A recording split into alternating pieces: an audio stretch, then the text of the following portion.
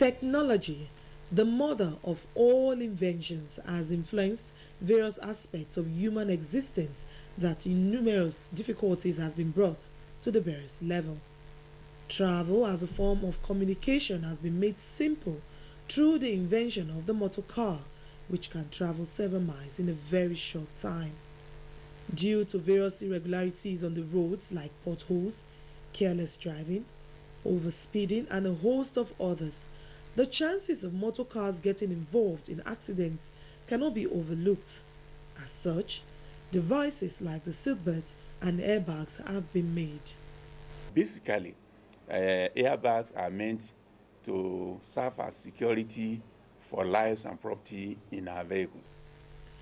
The motor car airbags are safety devices or features designed to protect passengers and drivers in a head-on collision.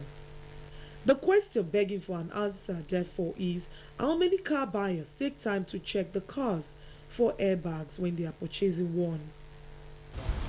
And like we car dealers now, if you are going to buy a car, we're buying the one that has a airbag because people are going through what is raining. About an airbag in a car, it's supposed to be a supplementary restraint system. It's supposed to be something that helps to assist during the time of an accident, but it only works well once you have a seatbelt across your chest, or else otherwise it can be a dangerous thing in a car. Airbags act as a cushion for passengers, thus preventing them from hitting the steering column and dashboard, which may lead to head, shoulder, or even chest injuries. The important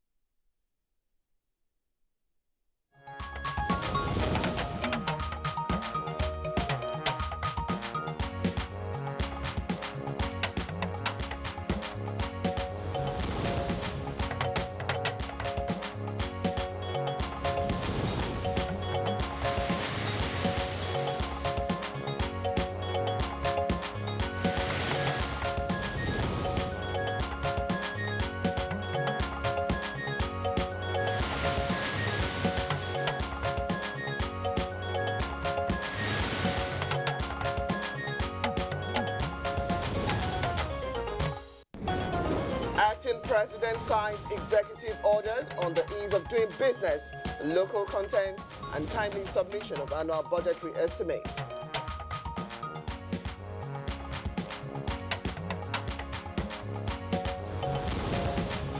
Senate asks Director General, National Lottery Commission to desist from performance of duties.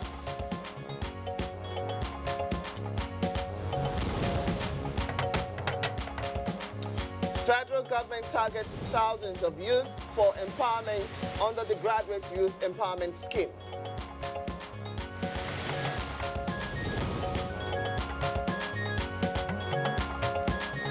And on Good Morning Nigeria today, we focus on three issues: ideology and Nigerian politics, and the acting president's executive orders, as well as a response to Ebola threat.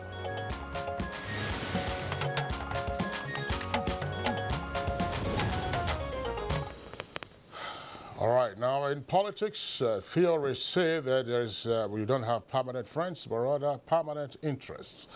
And one veritable instrument by which politicians often give eloquent expression to this concept of permanent interest as against permanent friends is through what we have seen on the local scene, cross-carpeting from one political platform to another, especially when the individual's interest is threatened or appears no longer protected by the platform on which he or she was previously elected.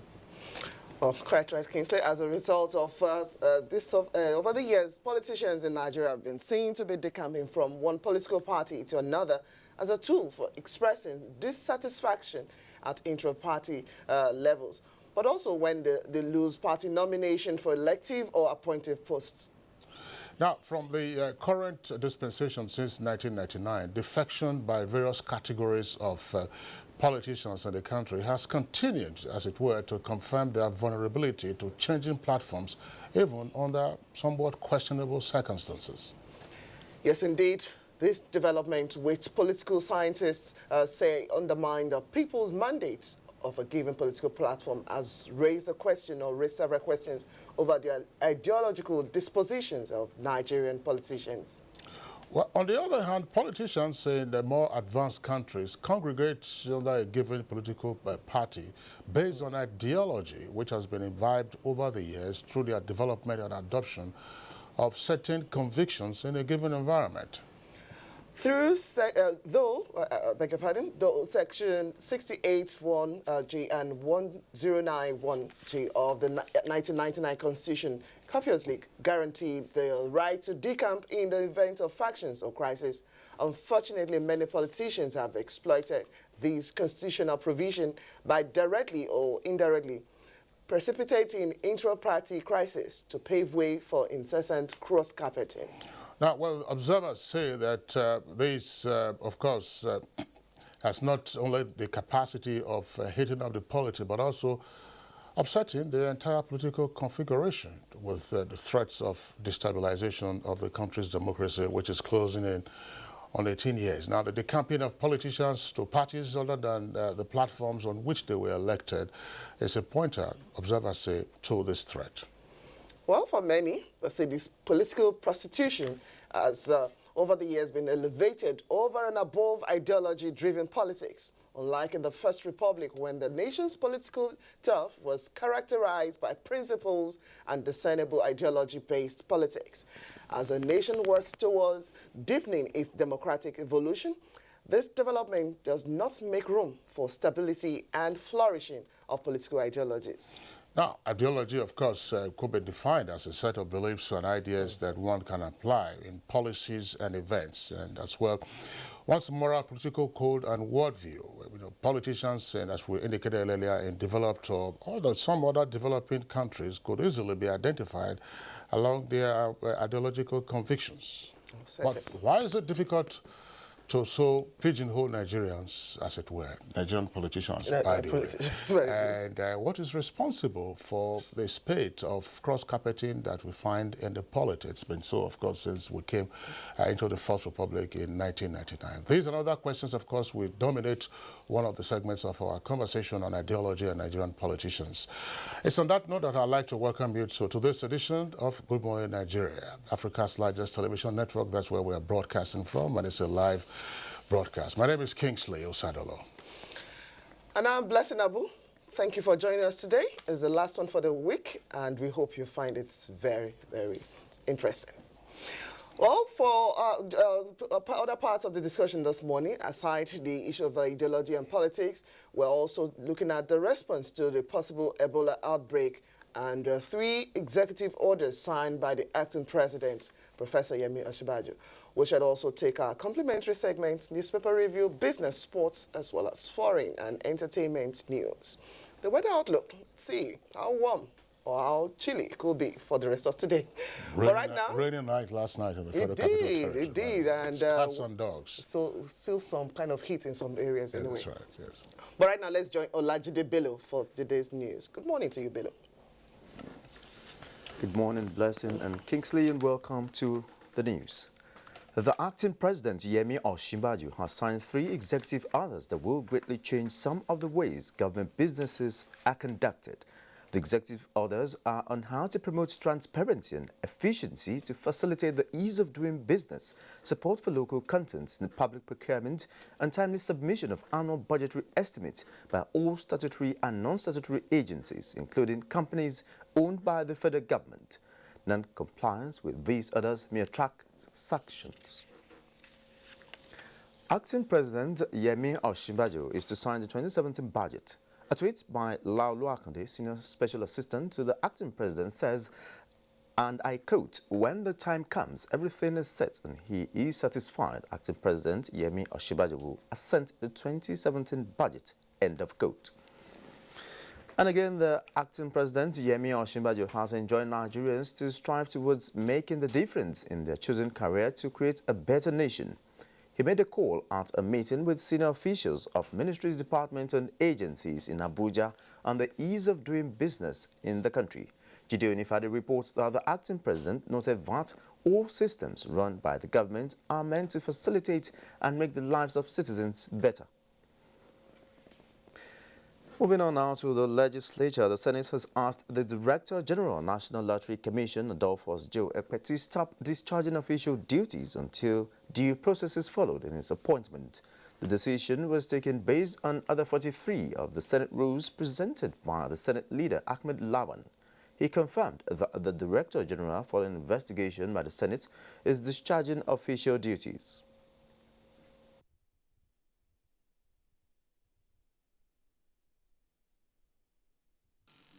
The conclusion on the side of the executive is he erred because probably he didn't get the correct briefing, that he should have waited until the due process and due diligence were completed. Satisfied with the report, the Senate President Bukola Saraki said the Director General remains barred till further notice. The House of Representatives has advised foreign countries operating in Nigeria to adhere strictly to Nigeria's export quota. Chairman House Committee on Local Content, Emmanuel Ekon, gave the advice at a public hearing involving Intel's Nigeria Limited over allegations of illegal retrenchment of workers. National Assembly correspondent Ignatius Nkwo reports that the public hearing was in response to public issues involving management of Intel and some of its Nigerian staff. Of course, we have also said that some of your expatriate has to go. There's no two ways about it. Some of them has to go. That is the resolution of the committee. The way we do it, we make a report to the House, and we'll tell the House our findings, and the whole House will agree, and we'll resolve as a House, unanimously as a House, to send some of you out. And away from the legislature, the federal government has reiterated its desire to champion the patronage of made in Nigeria goods as part of policies designed to grow the economy. Information and Culture Minister Lai Mohammed said that these are the launch of Made in Nigeria goods in Abuja. Lai Mohammed stressed the important role the Nigerian media played and called for the campaign to be extended to the social media as it would further aid in diversifying the Nigerian economy away from oil.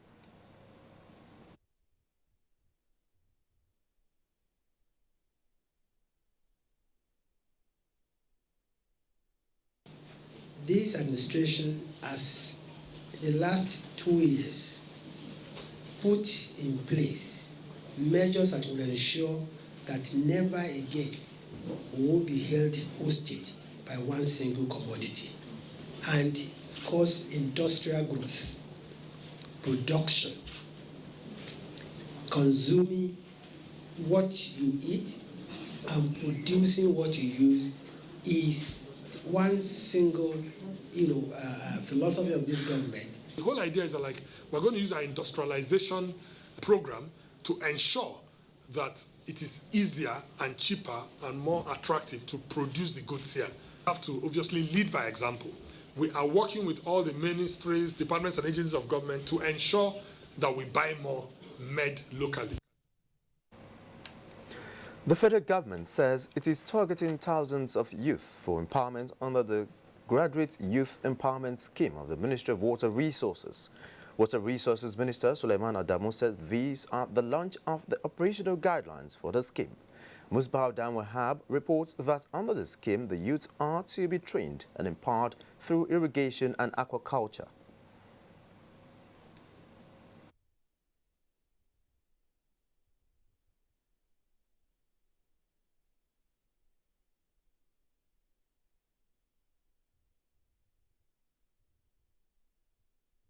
To this program, this scheme to help our youth develop and by extension also revitalizing the river business to be alive to their responsibilities as agents for food production, for enhancing our food security and for supporting integrated rural development.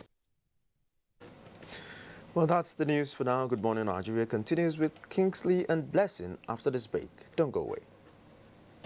If you hear a bomb explosion or gunshots of an active shooter, that might be a terror attack. At such times, always remember 3 action words: run, hide, report. Don't try to run towards the terror scene to save the situation, because there might be a second bomb blast or another attack. Run far away and take cover. Make sure you are safe first. Yes, it is in our nature to sympathize over the hurt, but remember, only trained personnel can help in such situations. When in a secured environment, promptly call relevant authorities and help will come. For anonymous reporting, call 09630-3250-5 or 0813-2222-106. If you see something, say something. Nigeria unite against terrorism. This message is brought to you by the Federal Ministry of Information and Culture. What makes a Nigerian mom powerful? I encourage my kids to learn new things. And if they get hurt, I rely on the power of my Dettol's 1 capsule to fight germs. My family needs protection from germs. I use the power of Dettol's 1 capsule to disinfect surfaces and clothes. I trust the power of Dettol's 1 capsule for bathing. The power of Dettol's 1 capsule protects from up to 100 illness-causing germs. Be a powerful Nigerian mom with Dettol. So what's up, sweetheart? You really look like you're up to something. I have a secret. Okay. I'll be going to Europe next week. Seriously? Yeah. Like you have your visa, your passport, your plane ticket? No, not that way. Some men are helping us. We pay them, they take us through the desert, and then we cross the sea into Europe. The desert, the sea. Isn't that the route where many have died? Yes, it is indeed a very dangerous journey. In 2016 alone, 4,900 people died while crossing the Mediterranean Sea to enter Europe. Many were Nigerians. For the very few who survived the journey, they are forced into prostitution or other crimes just to survive. Eventually, they will be arrested and deported to Nigeria. Don't be a victim. Don't go this way. This is a public service announcement brought to you by NTA.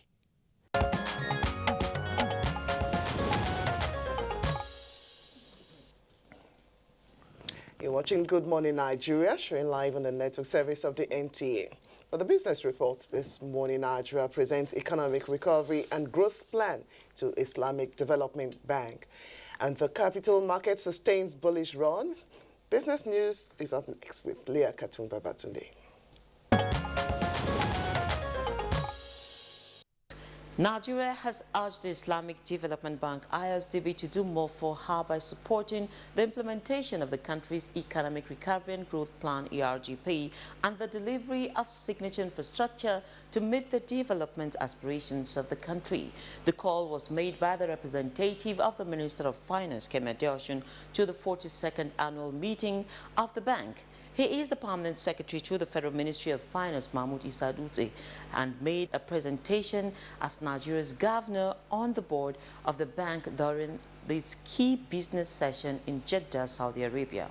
He expressed Nigeria's appreciation to ISDB for consistently supporting Nigeria's economic and development aspirations and for upgrading the Nigerian office to a regional hub, which will be responsible for other countries in West and Central Africa. The permanent secretary reiterated Nigeria's call on ISDB to increase its financial and technical assistance to Nigeria to fast-track the achievement of her numerous economic, developmental and inclusive growth goals. Now, still on infrastructure, Sub-Saharan Africa needs solid legal frameworks, increased private sector involvement, and better fiscal incentives to plug its annual infrastructure funding gap of about $100 billion. Boston Consulting Group and Africa Finance Corporation made this disclosure in a report released in Abuja recently.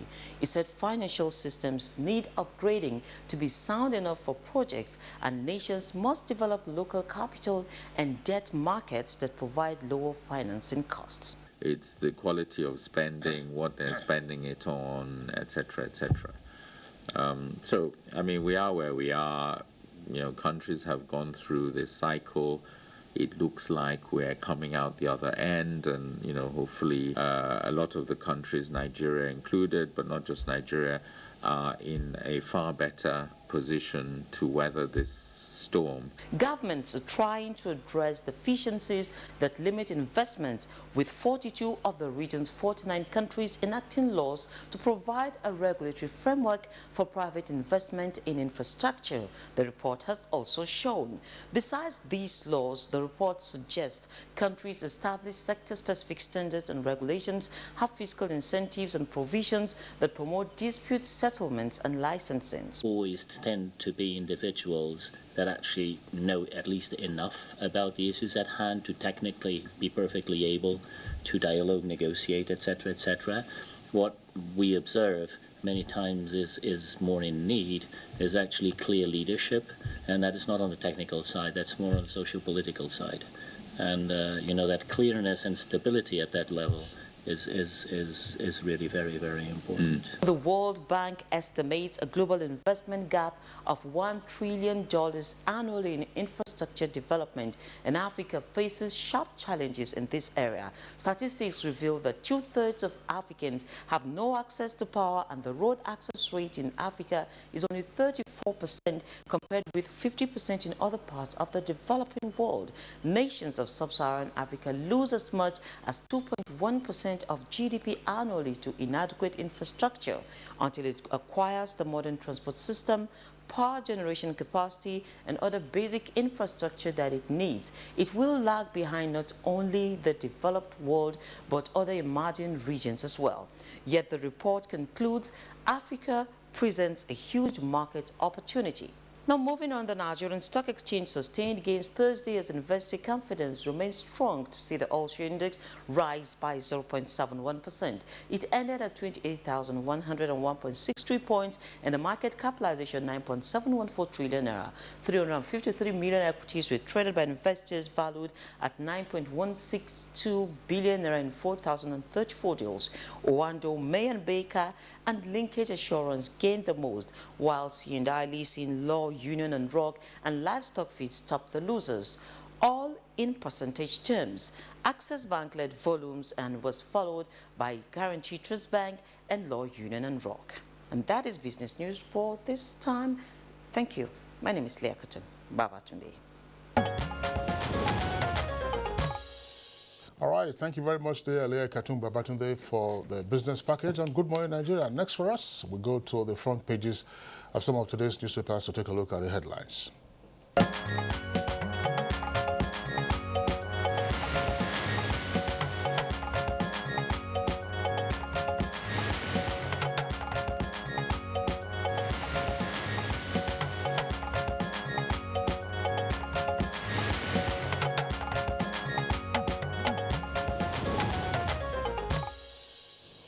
Omini then joins us today again for the newspaper review. Good morning to you, Omini. Good morning. Good morning, Nigeria. Okay, Kingsley, want to start off? Yeah, well, let's begin with you. Okay, all right. I'll start off with the stories on the front page of the Daily Trust. Leading for the Daily Trust this morning, students starve as politicians eat fat. Story starts right there, but continues on page 5. But just above that story, you find this one. How ex-military chiefs stole $15 billion. That's according to a report, and you find that report on inside page 3. The photograph you have there is, of course, for children in a school in Osun State. Primary school children eat orange sweet potato provided by the International Potato Center, which visited public schools in Osogbo yesterday. Osinbajo signs 3 executive orders. That story is trending on page 5. NNPC enters $6 billion oil swap deals with 10 companies. That's story on page 3. And reps can't intervene in Sanusi's probe. This is coming from Kano State Speaker. That story you find on page 4. All right. Let's take a look at the front page of Vanguard newspaper. Vanguard newspaper also has a story that Blessing was talking about a moment ago with regard to military expenditure in the past. Let's look at Vanguard now. The lead story says, Army TI tango over alleged annual looting of 380 billion naira. TI, of course, stands for Transparency International. So Army and TI tango over alleged annual looting of 380 billion naira. With a rider, Sage, Sav, and Junaid Mohammed, others react. We have not arrested anyone in connection with incitement. That's according to Defense Headquarters. Of course, that's another story that we also took a look at yesterday. Let's go above the nameplate of Vanguard once again and see the number of headlines there. Nollywood star Moji Olaya dies in Canada. That story, of course, can be found inside the paper. And then Senate asks DG National Lottery Commission to quit office. And Jonathan's traducers need medical examination. That's according to Wike, who is Governor of Rivers. NNPC, Owando, Sahara, and 18 others to sign $6 billion oil swap deal. And stakeholders move to end blame game, as well as promise better power supply. Now, let's go quickly to other headlines. You can see the photograph. That was a scene from a building that collapsed yesterday in Lagos. 1 dead, scores trapped, and 15 foreigners injured as building collapses in Lagos. Well, some reports said the collapse took place at the Riakari estate part of Lagos. And then you have a story there just above the cartoon. Is a story on the fate of the Naira. It says, Naira rises to 375 to the dollar on the parallel market. So those are some of the stories from the front page of Vanguard newspaper. Omine. Yes, let's start with the collapsed building yesterday. It was a sad scene yesterday at number 4 Richard Abimbola Street in the Solo area of Lagos. Although the Vanguard says 1 died, 17 rescued. Punch is talking about 3 workers killed, 16 rescued. But the story behind it is that residents of the area said during the construction started on the 8th of February, and along the line, they noticed that the building tilted to one side. They called the attention of the contractor, who said there was no problem. He only added a pillar to it. And days after, they noticed regulatory agencies came in there, sealed the house. 2 days after they opened the house, construction resumed, and 2 days after the house collapsed. As we speak, the developer is at large and his phones are switched off. So that is you ask questions about regulators, what are they doing? And yesterday, the Transparency International is at war of words with the Nigerian army when they raised a report to say that there was so much fraud regarding funding of the Northeast operations. But the Nigerian army said that is not correct. It's a way of trying to dissuade or discourage the officers from doing their job. Well, maybe investigations will go to that effect.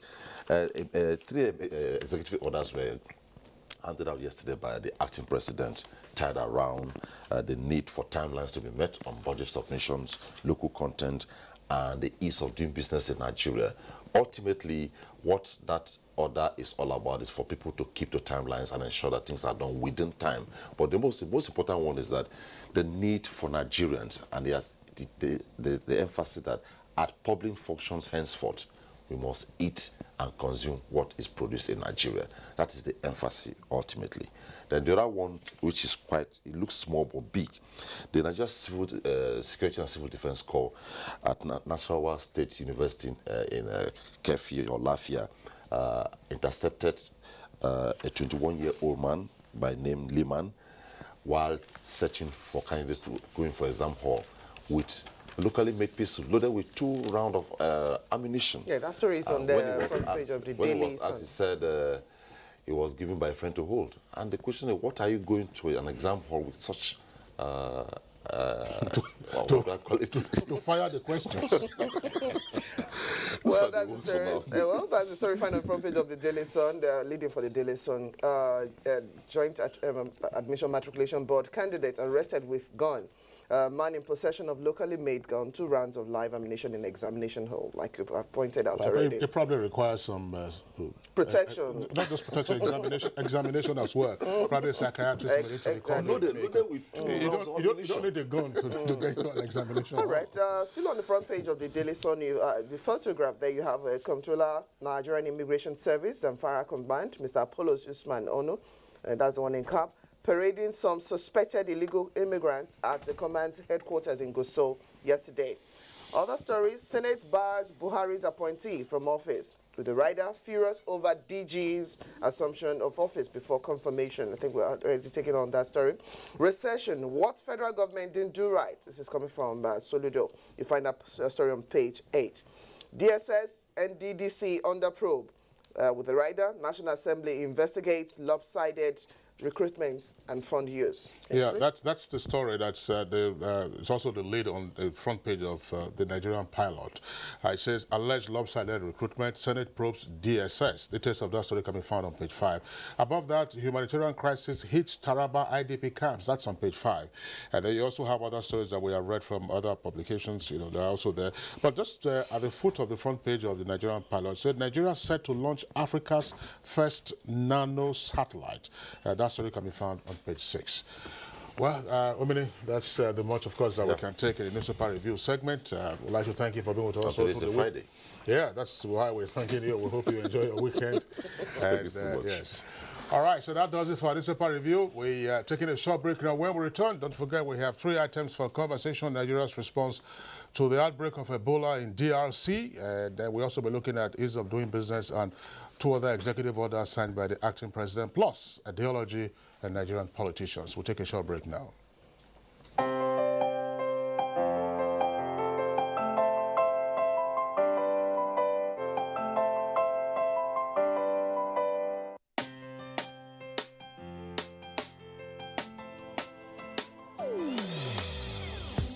Hear the call of change. Stand up, Nigeria.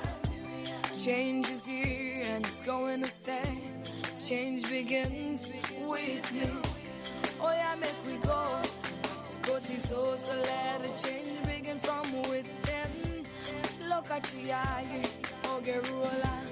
Change begins with you and me. Change begins with me. Change begins with me. Change begins with me.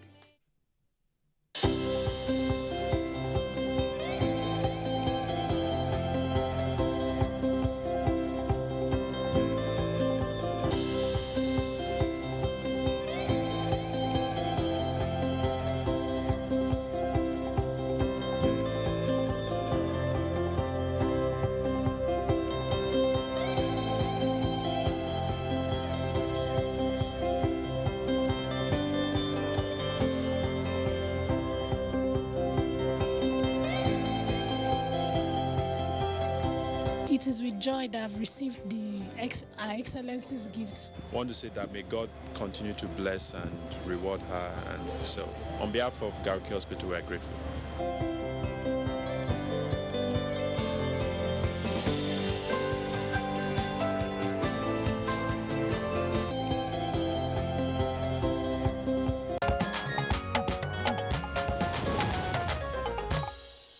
All right, you're welcome back. But if you just joined us, it's Good Morning Nigeria, reaching you live on the network service of the Nigerian Television Authority. Now, 3 years ago, there was an outbreak of Ebola in West Africa, and Nigeria, unfortunately, was one of the countries affected by that outbreak when the Liberian Patrick Sawyer came into the country with Ebola. The country recorded the number of fatalities, but there was also a response pattern by the Nigerian authorities. This year, there's been an outbreak in the Democratic Republic of Congo, and already the Nigerian government has kicked into motion some of the steps it intends to take to avoid a reoccurrence of what happened in 2014.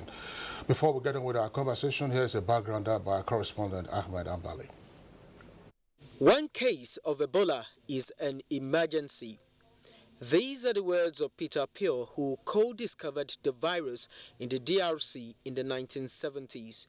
They no doubt agree with the facts following the resurgence of cases of the Ebola virus in the northeast region of the Congo Democratic Republic. Again, it seems the world has been jolted and the alarm bells are ringing.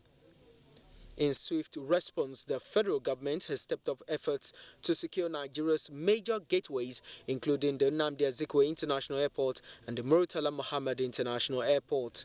When we are at alert, we can prevent importation. We are reactivating and supporting port health services, both at sea, land, and airports, that even when there was no scare about Ebola, the thermal screeners were working. And so on a continuous basis, we were monitoring them without their knowing. We've also set up an emergency task team of 10 people ready to be moved to any part of Nigeria should in case an unwanted case accidentally entered Nigeria. Evidently, members of the public who may have forgotten about the not-too-distant experience of Ebola outbreak in Nigeria will have to take a crash course on tips necessary for staying safe. But the good news, according to experts, is that officials now have a potent new tool to prevent widespread Ebola outbreak: a vaccine. Unlike in the last incident, trials of the vaccine have been conducted, involving nearly 12,000 people in Guinea and Sierra Leone during 2015 and 2016. Among the 5,837 people who got the vaccine, no Ebola cases were recorded. Good news this may seem, there however remains some pertinent questions. Aside the concerns of readiness on the part of Nigerian health officials to respond to an outbreak, no one is certain about how long the vaccine lasts when administered. Does it require a booster dose a few years after an initial injection? And how readily available is it in Nigeria? These are questions guests on NTA's Good Morning Nigeria will attempt to answer as they discuss the issues concerning the resurgence of the Ebola virus. Thank you very much, Hamad Ambali there. Joining us in the studio to look at all these issues you have raised is Dr. Chikwe Ekwazu. He is the National Coordinator as well as Chief Executive Officer of the National Center for Disease Control, NCDC. Dr. Ekwazu, good morning and welcome to the program. Thank you. It's a pleasure to be on the show. Yes, again. so much to look at again. Ebola again is the question. And what exactly are the steps being taken to actually avoid what panic the pandemic brought in 2014? Yes, you know, in 2014, we were caught fairly unawares because the whole context in West Africa, we never had Ebola on this part of the continent. So we really had to start from scratch. But now, you know, we've been exposed to the virus. We've actually had to deal with it fairly successfully in Nigeria. The response in Liberia, Guinea, and Sierra Leone, where the whole contingent of 200 Nigerians were part of the African Union's response. So we have a whole cadre of Nigerian professionals that have been not only part of the response in Nigeria, but part of the response in Guinea, Liberia, and Sierra Leone. So we're in a much better position now in terms of people. However, in terms of how we organize ourselves, I think the Nigerian Center for Disease Control really came to prominence after the outbreak, and government has really supported us to grow now and be prepared all the time and not just when there's a big scare like is happening at the moment. How? I mean, so one case, of course, is sufficient to trigger the alarm bells, but how severe is the latest outbreak in the DRC? That's always been the epicenter of Ebola, by the way. Yeah. Yes. How severe is this threat? So the threat is not, you know, every case raises alarm bells, but, you know, this particular case is in a fairly rural area in the northern part of the DRC. And when you have this virus emerging in a rural area where there's not a lot of travel, it's actually a much easier context to contain than when it gets into a city like happened in Liberia and Guinea and Sierra Leone. So we're fairly confident, especially with the magnitude of the response. You know, everyone is now at hyper alert, so there's no longer the thinking, okay, it's just DRC and no, it doesn't matter, it won't get here. I think everybody has been sensitized because of the last outbreak, and a massive response has been led. The key strategy is to contain it in DRC, and that's really what the focus of the international community is. Okay, now the governments have asked, or at least we know we should step up our own surveillance as well as other measures that we had structures. Now, how is that going? So that is going fairly well in the major ports of entry, i.e. the airports and to an extent the seaports. Our points of largest vulnerability, which is not exclusive to the health sector, is actually our land borders. That is on the you know, that's an area of largest vulnerability. At the moment, we think that there are a couple of countries separating Nigeria from the DRC, so it's not an imminent threat, but it's definitely one of the areas we have to look into in the future. In terms of our major airports, Abuja and Lagos, you know, we are fairly confident that if someone were to come in with symptoms, we will be able to detect the person. But remember, not everyone, you don't develop symptoms immediately. Exactly. So we also have to develop our surveillance infrastructure within the country, and that's really the quiet work that we do at NCDC every day. What is the extent of the quiet work that you've done so far?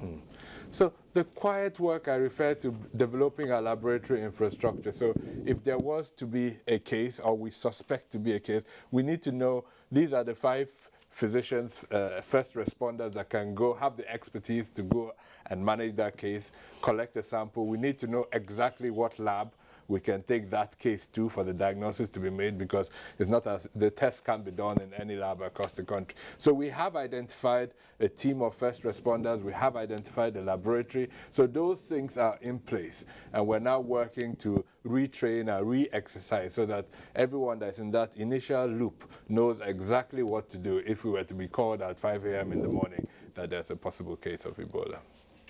What is the situation with those countries on the west coast of Africa that were most heavily impacted in 2014? Of course, Guinea, Liberia, and Sierra Leone. What do we know about the Ebola status of those countries at the moment?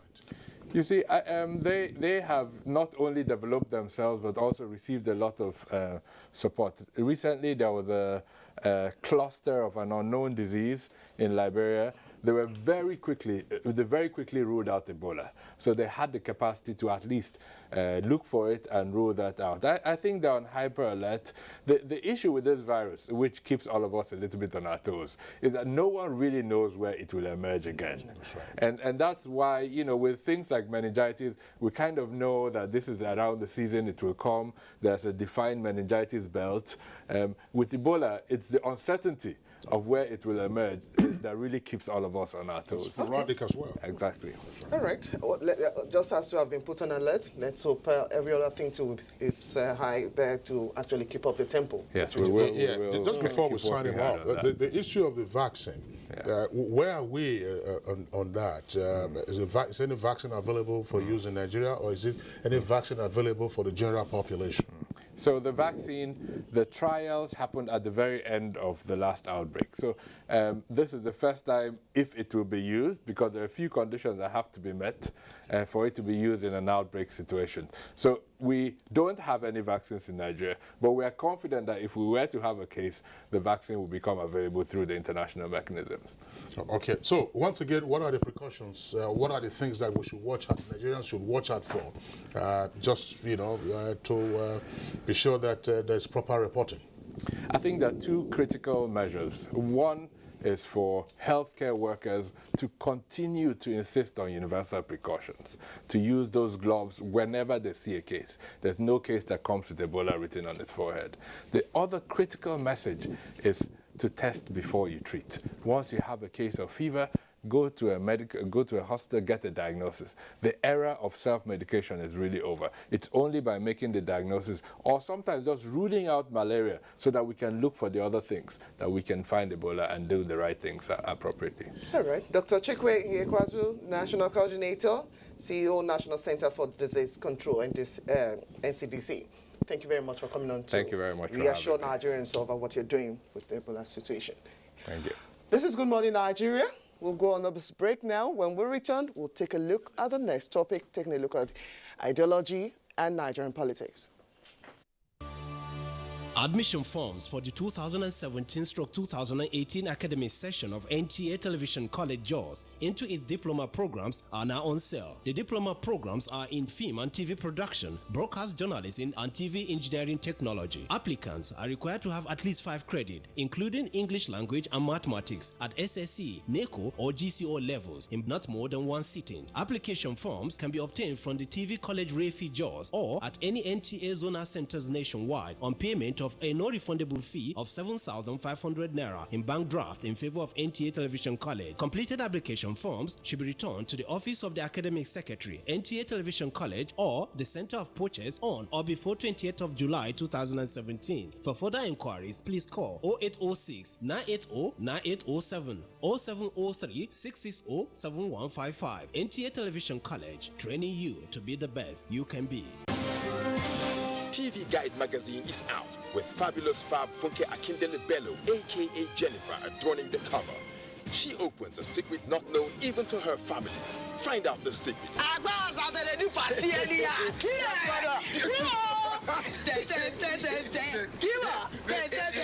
NTA turns 40 this year.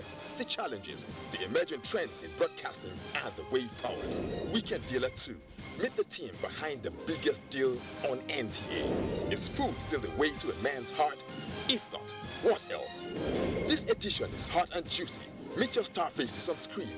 Entertainment, fashion, young minds, social media, and great personality. This is idiosyncratic and heterodox. Yes, Professor John Bull is on the radar. Find out what makes this program the rave of the moment on NTA Network, and for the prof, over and out. TV Guide. Ask your vendors or book your copy at every NTA station nationwide.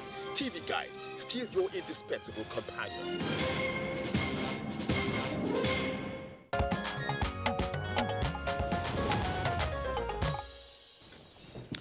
You're still watching Good Morning Nigeria now for the second conversation, taking a look at ideology and politics in Nigeria. This background report will let us know that ideology in Nigerian politics appears to be far from being a culture, with politicians not guided by strong convictions or beliefs, while living up to the political axiom of politics of no permanent enemy but permanent interest. Here's Ambali again with a background report. In most developed and developing world, politicians are more often than not identified based on their convictions. These convictions relate to a set of beliefs and ideas that one can apply in relation to policies and events. As a result, politicians are classified along right, center, or left of the political spectrum. In pursuit of their political ideologies, the like minds align with one political party or the other. This is the guiding principle behind such political parties like the US Democratic and Republican parties, the UK Conservatives and Labour parties, among others.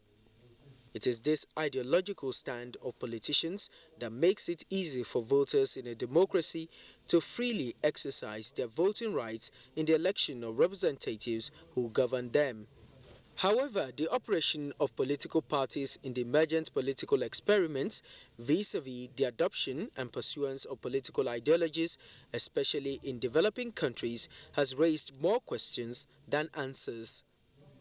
In Nigeria, for example, one is tempted to pose certain questions. Do the existing political parties have ideologies by which they can be easily identified? Do they tenaciously abide by the values they profess in such a manner as to impact on democratic principles of representation, participation, and inclusion? Evidently, when it comes to ideologies, political parties have been found wanting.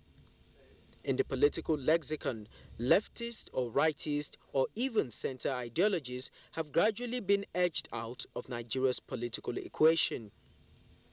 There are those who say beyond fielding candidates for elected positions, campaigning for these candidates, and canvassing for votes from the masses, there must be a tangible, discernible principle which the party upholds. It is right, therefore, that those who give their support to the parties must find in concrete terms what the party's ideologies are. To avoid beclouding the political landscape with uncertainty and volatility, experts want political parties to sow deep-rooted seeds of ideology based on strong institutions rather than on strong personalities. This, in their opinion, is one sure way to bring about continuity and consistency in ideals that could drive the democratic process. All right, Ahmad Ambali, once again, thank you very much there for that background report. Well, we have guests with us here in the Abuja studios to discuss this. They are practicing politicians, by the way. First, we'd like to welcome the former governor of Imo State, Chief Achike Udenwa. Chief Udenwa, a pleasure to have you join us on the program this morning. Thank you, viewers. Okay, and then we also have with us here the former chairman of the National Conscience Party, that's NCP. Not former. Sorry. Sorry, you were at party IPAC. That's former chairman of IPAC. Excuse me, please.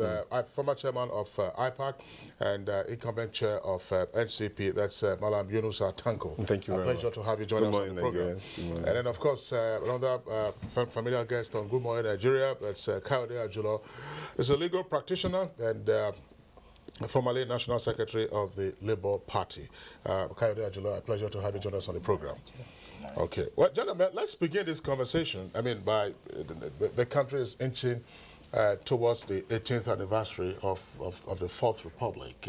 Since 1999, political observers, have seen political actors on the stage, how they have drifted from one platform to the other, and it is, they say, in vain that you search for any ideology that you can identify Nigerian politicians with. They win elections, they serve, and then they leave. Chief Achike Udenwa, what do we know about political actors like yourself and your colleagues who are out there in the field in terms of ideological persuasions? Thank you. I think in terms of ideology, we still have a long way to go. In Nigeria, there are hardly clear-cut ideologies. If you look at all the political parties, look at their manifestos, there is not too much as a difference you pick from them. And even where these differences exist, in terms of day-to-day practice, you don't see much distinction between the political parties. And that is why it has been very easy for politicians to drift from one party to the other, and it keeps going. I think the main cause of it would be the level of development of the country, politically, and also economically. So just as you said, politicians are looking for places where they can win election. In most cases, you see people drifting to the government in power because they want empowerment. And it continues down the line. Even the non-politicians, how many of us look at party manifestos, for example, before voting? So these are the problems we have on the political scene. All right, thank you very much, Chief Achike Udenwa. People should even start off trying to bring about what pushes a man or an individual to having a political leaning or label or attitude in the first instance. Mr. Kayode Ajulo, let's take a look. Every individual, of course, have their political attitude. And alongside the political spectrum, we now give you whatever leanings. What exactly are these ideals, or what are the determinants to having a leaning in first instance? Well, I want to believe that it is more what is a nod with human being. It's about their natural situation, and it's about nurture. What I'm trying to talk about is the pedigree. It is your orientation, it's your knowledge acquired and all that. Like, for example, if a man is born today, there are some people you have to connect with, there are some people relate with. From there, you seem to get one form of ideas and other. And when we talk of ideology, we need to realize the fact that it's more of a concept, an idea, principle, even that cut across political, cultural, even religious and all that. And that's why you find out that some religious setting, you see the kind of ideas they have. These are the things, and this one has to do with orientation. Orientation in the sense that what you believe, what is right, what you believe we should discuss. Like when we are talking about ideology, democracy we practice in Nigeria today is even an ideology, because you have to know one thing: we have totalitarianism, we have autocracy, we have all those other ones, and the people choose that as it is today. Democracy should be what we should go with, and we believe this is what by our own orientation.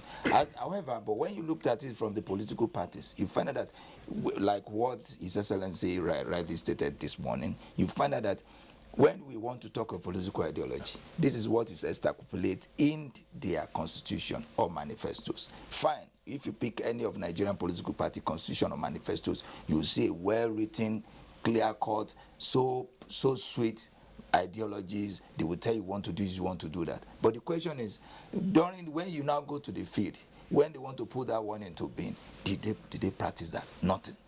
When you see the PDP today, by the time you pick their constitution, by the time you see what they would think of, they want to centralize, they want to do this. But at the end of the day, the only thing they want to see is how do we win this election? And the only way to win the election is to call people to come and chop. And that's why you see when some member of PDP that time will tell Ebola that we call you to come and shop and you are doing something else. And that is why when you look at the APC today, you will see the ideology. They start from the fact that they believe there should be a devolution of power. All those ideals, sweet ideals, but the question now is, are we doing that? And that is one of the questions. There is ideology. Nigerian politicians believe in those ideologies. And again, we have to remind ourselves that when it comes to ideology, it depends on your own lineage. Like what you asked me, what did you think? What may be a good ideology to me will be another bad ideology. That's why we have the left and right. Some people in this country, nepotism is an ideology. Some people believe in nepotism, and someone like me, we believe that it should be Nigeria should be a welfare state. These are the things we have to understand. But as I said earlier, this thing depends on your orientation and what you believe in. All right, Mr. Ajulọ, thank you very much. Yunus Atanko. Now, just let's take a look again at the concept of ideology. And the basic principle is that no government comes into office and therefore has power in order to do evil to the people. But it is the how that you expect it to deliver the public goods. That's where ideology matters. Why does it appear to be the case that we now have a woolly ideology amongst all the political parties, as Chief Achike has indicated?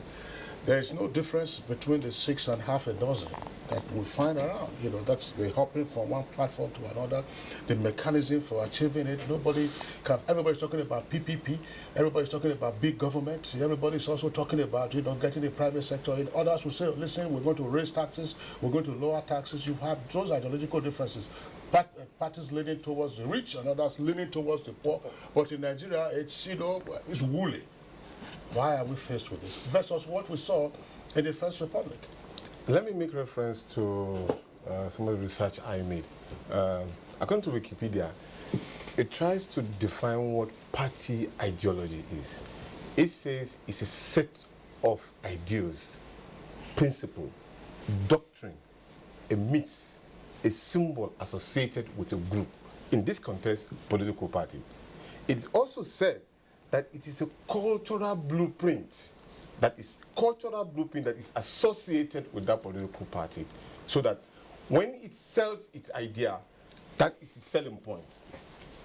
In Nigeria at the moment, the PDP has its political positioning as a center-right, and it has this conservative and neoliberalism as its political ideology. Then my own political party, National Conscience Party, has a nationalistic ideology with social conservatism, while the APC has federalism plus social conservatism, which is their political leaning to center-left. Now, I'm give you an example. In the APC, you find out that each of the states, if you notice very well, you see them now at their background. You see the coat of arms of their states. They're trying to sell federalism. So when you talk about ideology, most of the political parties have to draw their manifestos from the Constitution of the Constitution of the Federal Republic of Nigeria, specifically according to INEC rules guidance for registration of political parties, section 222, 221, and 227, and also in the Electoral Act, section 78 plus 1 to 7, and then section 82, 1 to 4. Clearly spelled out. But what we do have is that people need orientation, as most of my colleagues have said. This orientation is not on the political party, but the constitution of the party, the manifesto of the party. If you ask majority of our elected leaders or party members, if you ask them 2-3 things about the constitution and the manifesto of their party, they don't know. I'm not excluding a lot of us. I say we. Now, the thing that needs to be done is that we need a sharp orientation, because party politics actually start from the political parties. In the political party, when you see them in America, you see when they debate, there is no room for robust debates. The debate should be centered on the party's ideology and the beliefs. So when you are debating among contestants, you debate on what you have promised to do within the manifesto, not outside. But you find out that people bring in manifestos outside the constitution and the manifesto of the political party. Most of the campaign you see is not within the constitution and the manifesto of the party. So therefore, it becomes difficult for them to send that same ideology, which is their selling point, to the public. What they sell is almost wrong. Clear-cut example. The manifesto of the APC, the first number one thing on the manifesto of the APC is devolution of power. How we can decentralize and restructure Nigeria. But when you see them, the president was campaigning only on 3 things, which is, I'm going to fight corruption, I'm going to look at economy, and I'm going to look at security. Of course, all of these things are in chapter 2 of the Constitution. But the problem is with the Constitution is that chapter 2 of the Constitution of the Federal Republic of Nigeria is not justiciable. You can't hold them accountable to the promises that they made. And that's why a majority of us have been calling that particular section should be justiciable, so that when people promise you ABC, they must be able to deliver on that ABC. And if they don't, then they have no business in power. All right. Well, you know, sir, thanks a lot. Just one other point, Chief Udenwa, about constitution making for political parties. As we find the drift of politicians from one platform to another, usually when they want to break away, when they want to form a party, there's a subcommittee called the Constitution Subcommittee. And you find that the drafters, they copy and paste what they find in other constitutions. There's virtually no originality in what you find in the Constitution. Why is it such a challenge for the members of the parties to internalize their own ideas as embedded in their constitution, to make a differentiation from others, assuming there are strands that differentiate them from other political parties? Why is it so difficult? Or is it just that the ends justify the means? I think the end justifies the means, I would say, because I have been involved in the drafting of constitution and manifesto of political parties along the line. I'll give you an example. I started off politics in the PRP. I was a founding member of PRP in 1979. Why was I attracted to PRP?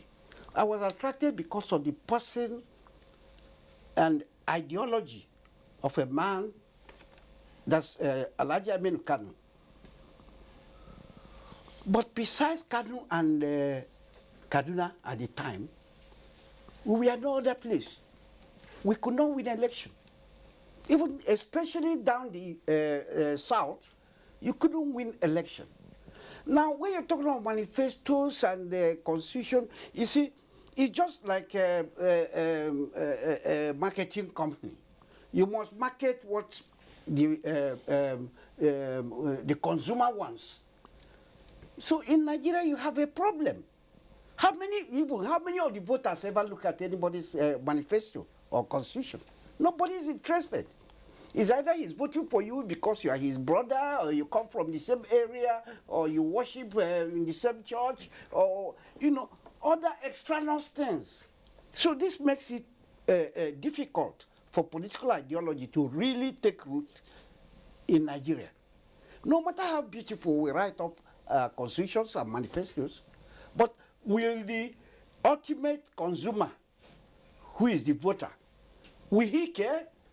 How many of them care to know whether you are going to have a state-controlled economy, or you are going to have a free enterprise economy? How many of our people think that is something, think it is material? So I think it boils down to what the consumer wants. So first, there must be that political education that can get our people to begin to think. No matter how hard the political parties try, what they are looking for, just as you said, is the vote. And no matter what they have put in their constitutions and manifestos, the ultimate determinant is the electorate. What do they really want? Sorry. That's the major problem we're having. Thank you very much, Chief Chikandema. Okay, back to you, gentlemen. Let's take on Ajula once more. Now, you raised the issue of what the electorate wants, what the people want.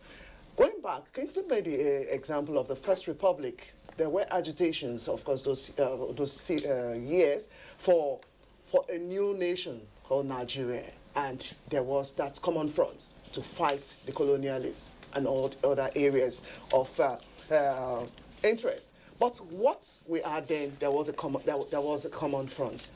Today, is it the same thing that we are forging ahead with if we are going to consider what the electorate wants this time around? What exactly do the electorate want in Nigeria? Well, there's the issue of values and what people place premium on. And I want to say this, that whenever you see bad leaders, you see crop of bad people. Because these are the things we have to know. There is some people that bring them to power, and though we may say it may be because of something, some people say because the country is so bad that people need money, and because of those that have economic power. But one thing I believe is this: our orientation needs to change. We need to know what we want. He rightly put it quite well when he said that it's like marketing.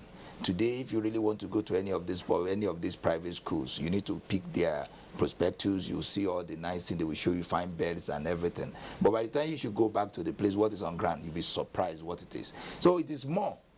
And that's why I put it the other time that I said, look, when we're talking of ideology, we should be so certain that we have good ideology, what is desirable, and there are some that is not desirable. Like for example, today in Nigeria, the nepotism seems to be one of the biggest ideology that we release on, though we hardly talked about it, but that's what it is. If I should be running for election today, you find that everybody around you that believes in you, maybe they attend the same church with you, they are from your own kinsmen and co, they will rush down to vote for you. And when it comes to empowering them, people will now make the noise that why are you empowering your own people? But these people believe in that nepotism, tribalism, that is what it is. So as it is, I believe the best way is this. That's why we have law. Law is to regulate people's behavior. Law is to ensure that things are done some certain way. And I believe that we need to talk of strong institution. We have been talking since we've not talked about INEC. INEC happen to be those that regulate political party. They should be one of those that should ensure that when you have a manifesto, what you have there must be totally adhered with. I know it may be somehow very difficult, but I think we should start from somewhere. And I believe voters' education, like some voters, even sometimes we mention issue of manifesto, some of them will be very surprised, what are you talking about? I'm not supposed to say this, but let's see from my former party, Labour Party, you see these are quite labor-oriented, organized labor. But as I speak today, I must say this, when you go through the entire executives of Labour Party, you hardly see anybody with Labour's orientation again. Then what are we talking about? You see that everything has gone to the dogs, things are going the way around. The orientation, I think that's what it is, and people need to really come out fully to talk about what we want. All right, well, thanks a lot. We're back again to UNICEF. Well, it's, I think, probably to be in vain that you can find saints amongst politicians virtually anywhere in the world. But is it a great deal of havoc that Nigerian politicians appear to be taking advantage of, the level of underdevelopment, the level of literacy and education, so that all they care for is, look, get the votes of the electorate, get into office, make all kinds of promises, deliver whatever you're able to deliver. Next time around, you come back. How can we begin to overcome this so that the convictions that will drive politics and politicians will be such that the electorate can relate to, and therefore be in a better position to make informed choices? Okay, I think we have a messed up system. And the system, the way it works, is very disheartening. You see, when you look at majority, with all due respect to His Excellency, you can hear His Excellency say he joined the political scenario with Aminu Kano. Aminu Kano is long gone. Long gone.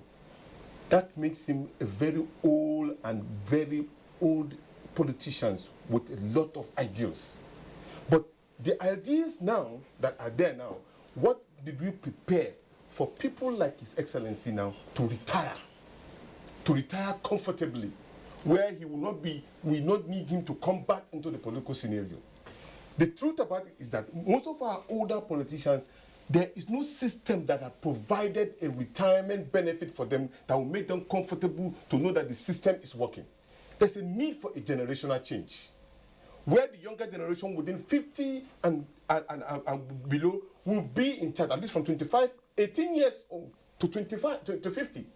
Should be the one thinking about leading this country at the moment now, because they speak a language that is different from the older ones. Let me use the word, they speak a digital language, not an analog language, so they understand each other. Including the virus, wanna cry? Yeah, so you see, with that we have a new set of politicians who have fresh ideas that will provide a set of ways that in which the system works. The system is not working. And most importantly, I noticed even in those olden days where we have the PRP, the UM and the UPN and all, Nigerians were working together. Just like I asked the question, we are thinking together towards a solution. But today, believe me, we're not thinking together. So we need leadership that can mobilize us and unify us together, to start thinking together so that we can now address our problems together. But when that is not happening, then definitely you have a divergence of opinion. People will now take what they can take to protect their future.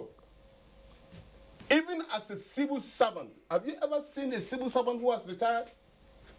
Or an ex-governor who has left his position? It is appalling. You will see him, he's looking for what to eat. And that is not acceptable. In a society where you want something to work, the system must work in such a way that the people who have served us are well retired so that the younger ones can take over leadership. All right. Sir, thanks. There's one point, Blessing, that I would like us to touch on. Because, again, platforms, that's political parties and the ideology that underpin them. Chief Udenwa, how can we possibly explain the somewhat haphazard organization of virtually, if not all, political parties in Nigeria since the advent of the Fourth Republic? I do not know. I mean, any political party that can come on air and boast and say, look, this is the register of our members. We have so many members in each state. We have so many members nationwide. This is the subscription that they pay. This is how we're able to run our parties. These are our audited accounts, and so this is our ideology. Why are political parties so apparently disorganized now? Is it the lack of ideology? Is it because of the shifty nature of the politicians, the prostitution that is going on, and so on and so forth? Well, the political parties are not operating in a vacuum. They're operating within a society. And most of the problems we have in Nigeria are societal. Just as you're saying, there is a lot of chaos. Like, even if you check it, in the First Republic, we had better politics than we had in the Second Republic. Today is even getting worse.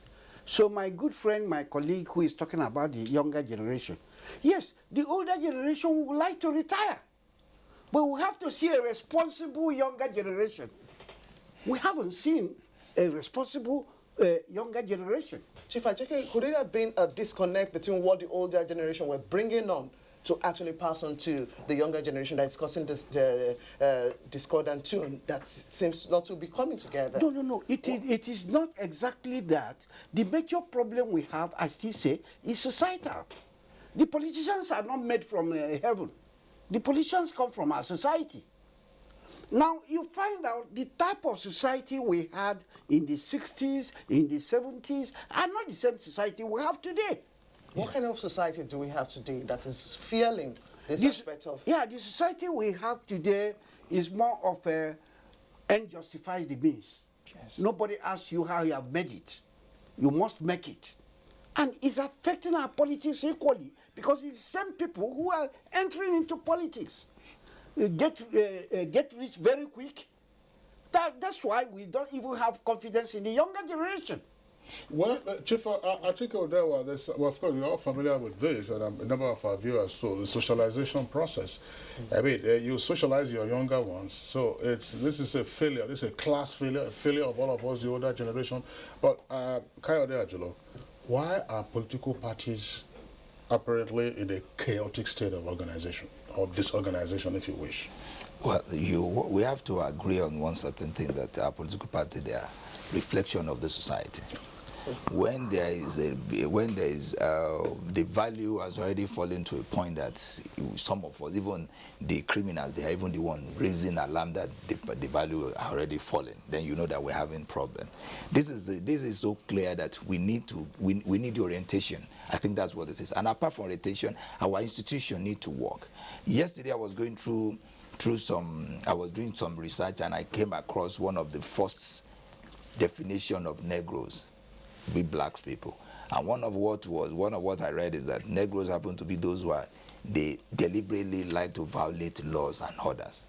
I don't want to believe that is what it is. That's racial profile. And that's racial profile. But you find out that in this society today, the olden days we mentioned about Ziku, we mentioned about Tafawa Balewa, we mentioned about Ahmadu Bello. You will see by the time you read most of their utterances, it's about orders, social orders and co. But today, what our politicians doing, that is another thing. So all these things we need orientation, we need to fortify our institution to ensure that the right thing must be done. And again, I'm sure His Excellency, they were talking about the younger generation. But what we have to know is this: there's something about model factors. You find out that most of the younger generation, they are looking at the old one as a model, and what can they use, can they follow from what they can pick. You find that we've seen everything seem to have gone to the dogs, and that is why we believe that reorientation we need to start now.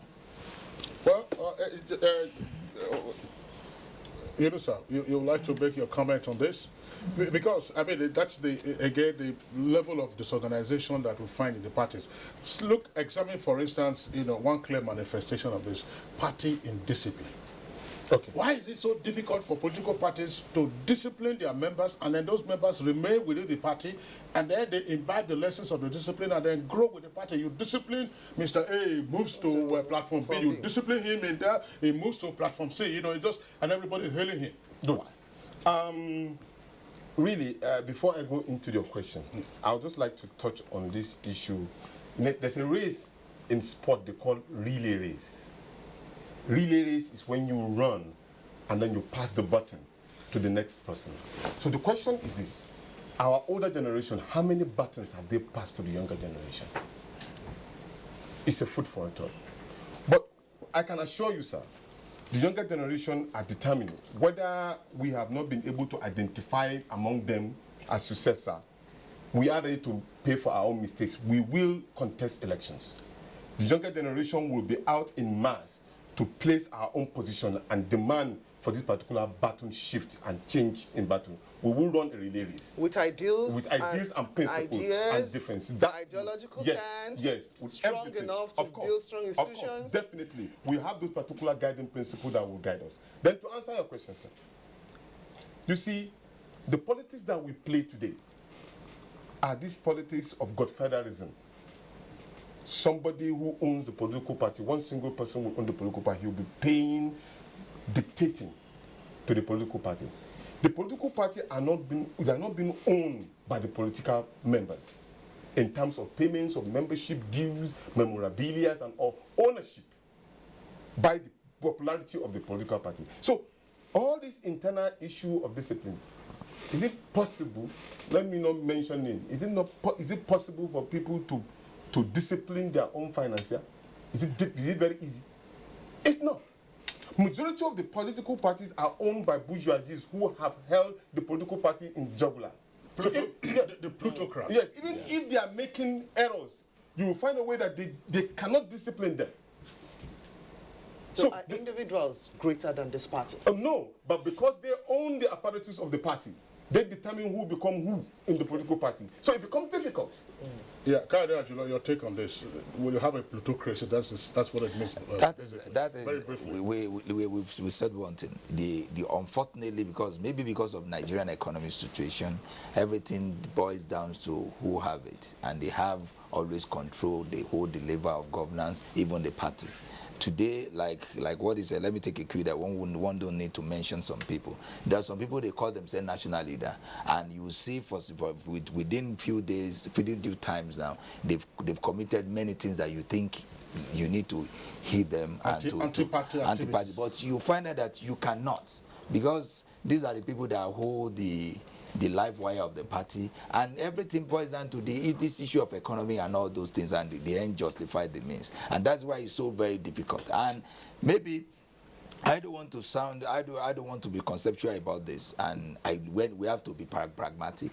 The issue itself is something that still boils down to how the society is structured. Even in our house, on our street, in our state, you find out that they have control everything. The same thing, you cannot differentiate political party from the society. Okay, thank you very much, Mr. Kayode Ajula, legal practitioner and former National Secretary, Labour Party.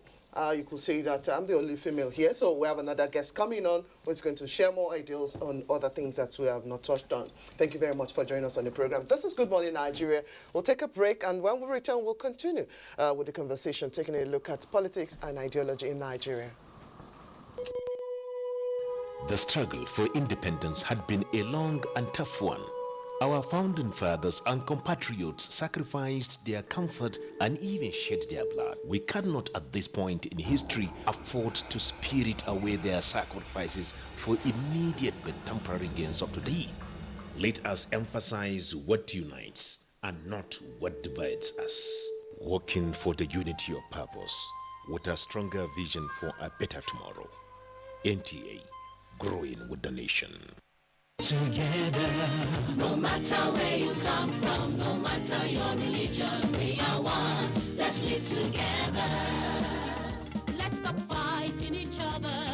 Let us live as one. It doesn't matter where you come from, your tribe or religion, man, woman or child. It doesn't matter who you are. Put Nigeria first. No matter where you come from, no matter your religion, we are one. Let's live together.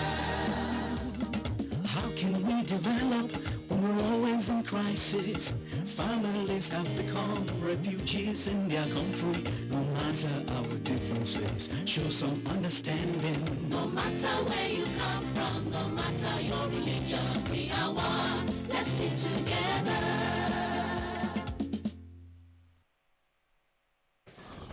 All right, welcome back. But if you just joined us, we are live on the network service of the Nigerian Television Authority, and it is Good Morning Nigeria. We still have with us here the former governor of Imo State, Chief Achike Udenwa, as well as the current chairman of the NCP and former chair of IPAC, that's Yunusa Tanko. We signed off Kayode Ajula a moment ago. We've been joined now by another guest, this time Georgina Dapopo. She's the chair of the Young Democratic Party. Dapopo, Georgina, pleasure to have you join us on Good Morning Nigeria. Same here. Good morning, Nigerians. Okay, well, let's just before my colleague Blessing fires our first question, let me take advantage of introducing you to fire the question. Politicians and ideology, and therefore exactly how to deliver the public goods in Nigeria. This has been a challenge, and we find that the manifestation, of course, in the lack of organization, efficient organization in political parties, and everyone is desperate. It seems as if Machiavelli, is what propels them. The idea of Machiavelli is what drives them. How did we come about our current situation, and is it insurmountable? Absolutely not. It's not insurmountable. How did we get here? I think a lot of it has to do with mismanagement.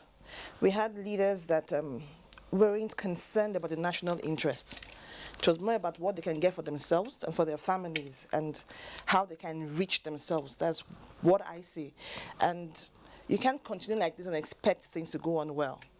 We had Nigeria in some states, it's almost like anarchy in some states in Nigeria because things aren't what they should be. Salaries are not paid. There's no money. People can't feed. I was the deputy governor candidate in the last election in Edo State. When I went home to campaign, the penury was heartbreaking. It's unbelievable how we got here, but it's totally not insurmountable. Well, in terms of delivery of public goods, I mean, when you were campaigning, for instance, how did you promise to deliver on your manifesto? What is it you were going to do that will be different and therefore persuade the electorate to vote for you? Because we are more concerned now about the how, because it is the how that you present that might then persuade the electorate. Of course, what we know is that, I mean, this doesn't really matter. What is the ideological underpinning, that propels you, for instance? Okay. And what lessons can other politicians possibly learn? For us in the YDP, we are more concerned with the person, how we can restore the dignity of the Nigerian person. So in Edo State, what we're looking at is how to build infrastructure and how to bring in industries into the state, how to get the government can't take on the entire load of financing the state as it were. We're going to encourage private participation in economics in the state. We're going to open up, for instance, we have waterways in the state that weren't being used. That could also lessen the weight on the roads, the use on the roads, and damage to the roads. We're going to open up the waterways, that's what we had in mind if we had come into power, and such other plans. Basically, infrastructural development for the good of the people. All right, Georgina, let's still explore for the areas with you.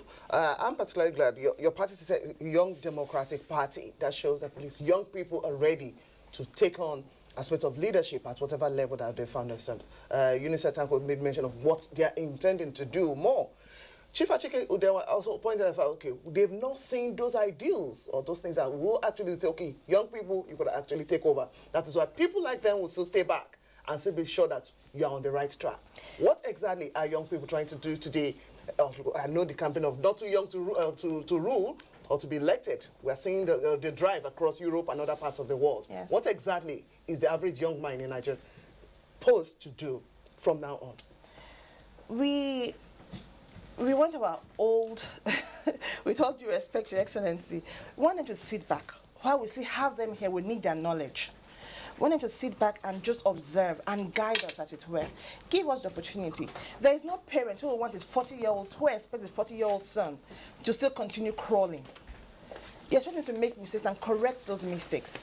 We want them to sit back and let them see us do what we can do. The young people have proven themselves in every aspect of field in Nigeria, as it were. We have young CEOs doing so well, blazing the trail all over the world.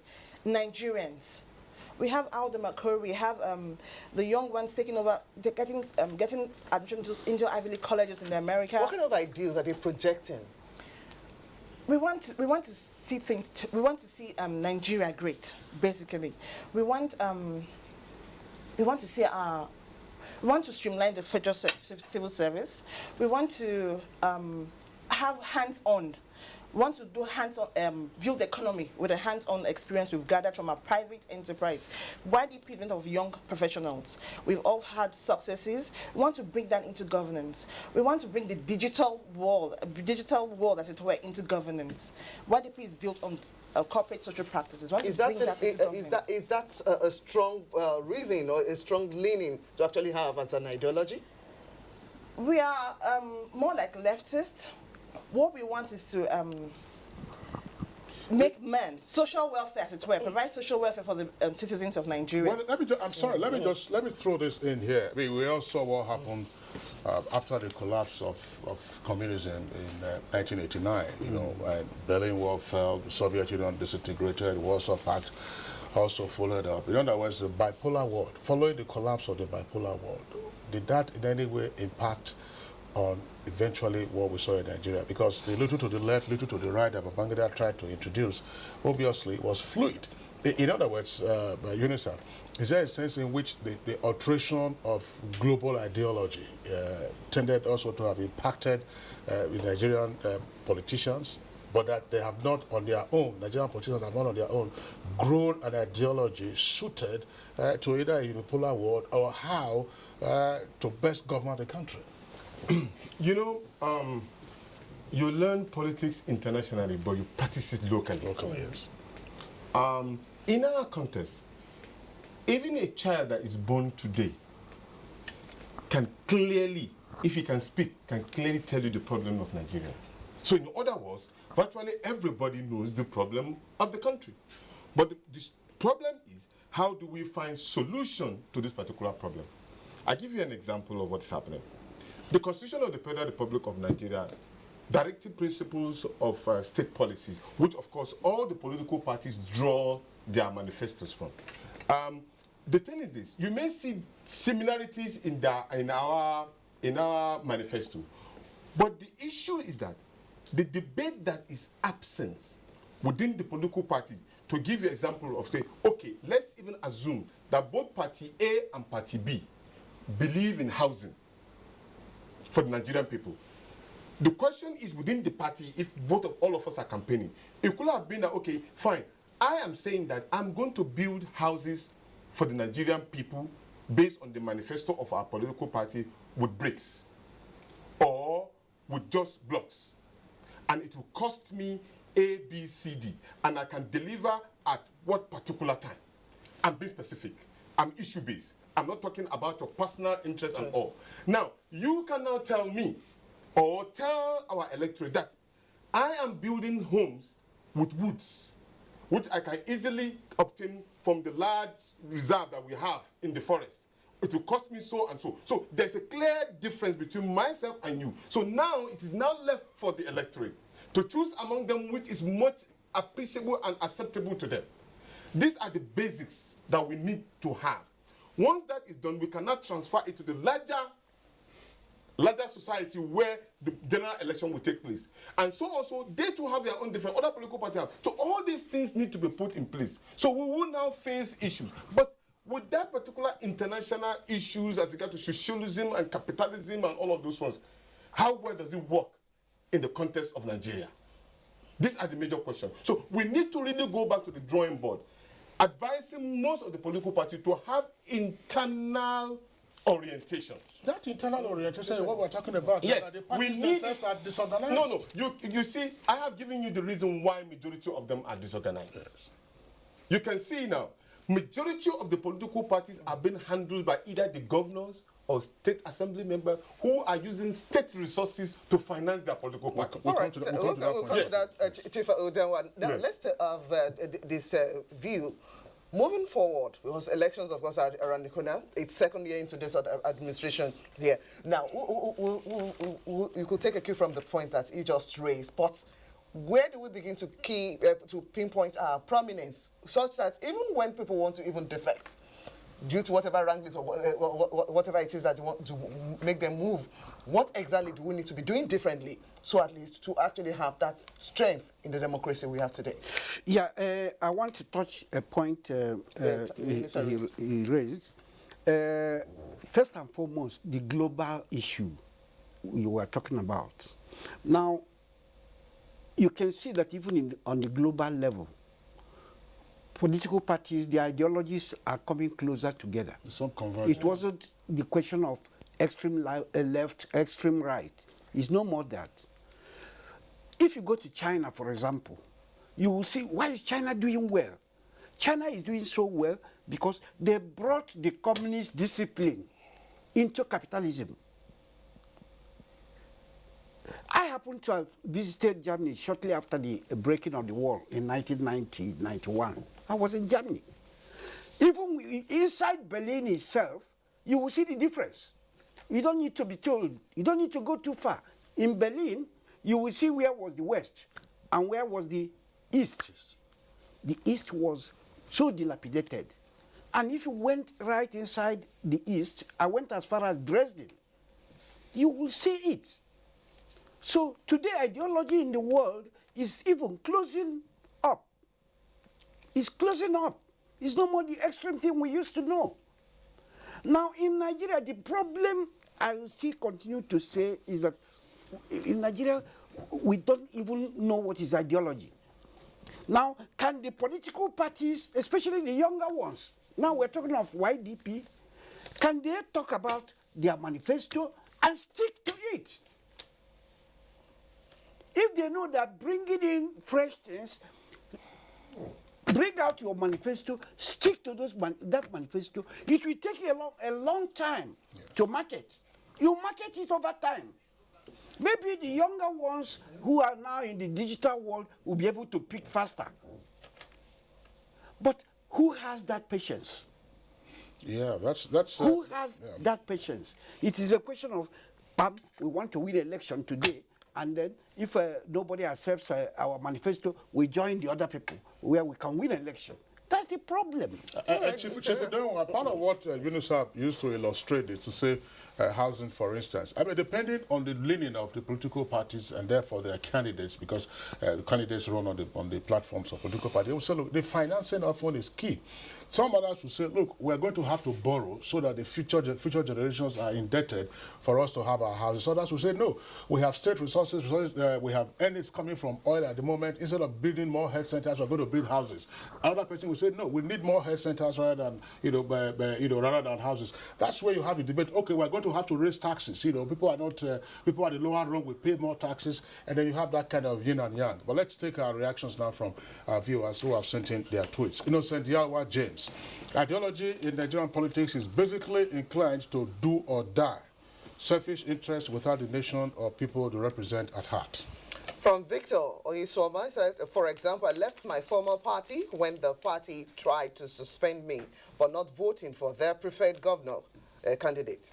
And then Clifford Agugo tweets, now what we have in Nigeria is a weird ideology. So with Clifford, I'm glad political parties registration commission is underway.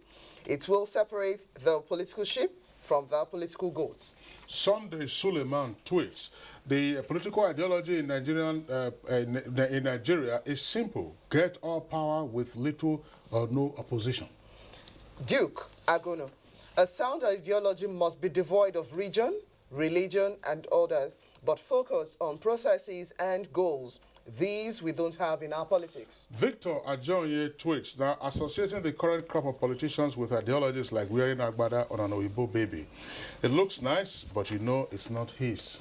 From Anebo Chukwebuka, parties in Nigeria are merely vehicles for realizing ambitions. No more, no less. All right, well, those are some of the tweets that we have in the meantime. But let's back up a bit, because I mean, we've had this this complaint or this remark, and Chief Achike Odemwa is here. Is there a way that we can possibly correct what happened in 1998-99? That the class of 99 did not assume that the Fourth Republic was going to survive. And therefore, you had quite some resort to self-help and the needless empowerment of governors and others, who had access to resources, which then now became the basis for dictating what and what in political parties, and others, of course, have joined the bandwagon.